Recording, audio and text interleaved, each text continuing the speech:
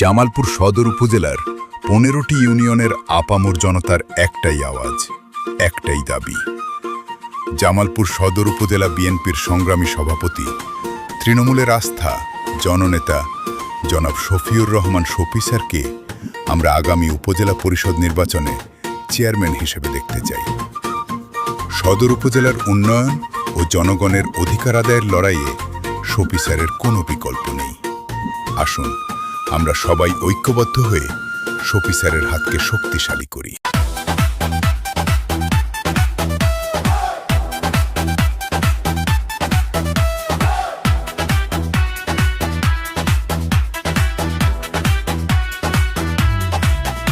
Shafi sir যে জামালপুর সদর উপজেলার প্রাণ, সদরবাসীর ভাগ্য গড়তে তিনি আগুয়ান।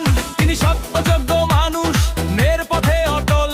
শফি স্যারের নেতৃত্বে এবার সদর হবে উজ্জ্বল। জামালপুর পৌরসভার মাটি শফি স্যারের ঘাঁটি, উন্নয়নের অঙ্গীকারে তিনি মানুষ হিসেবে খাঁটি।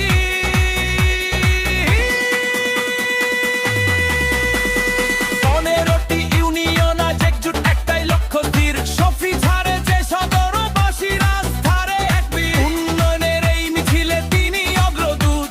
শফি স্যারের বিজয়ে সদর হবে রে মজবুত।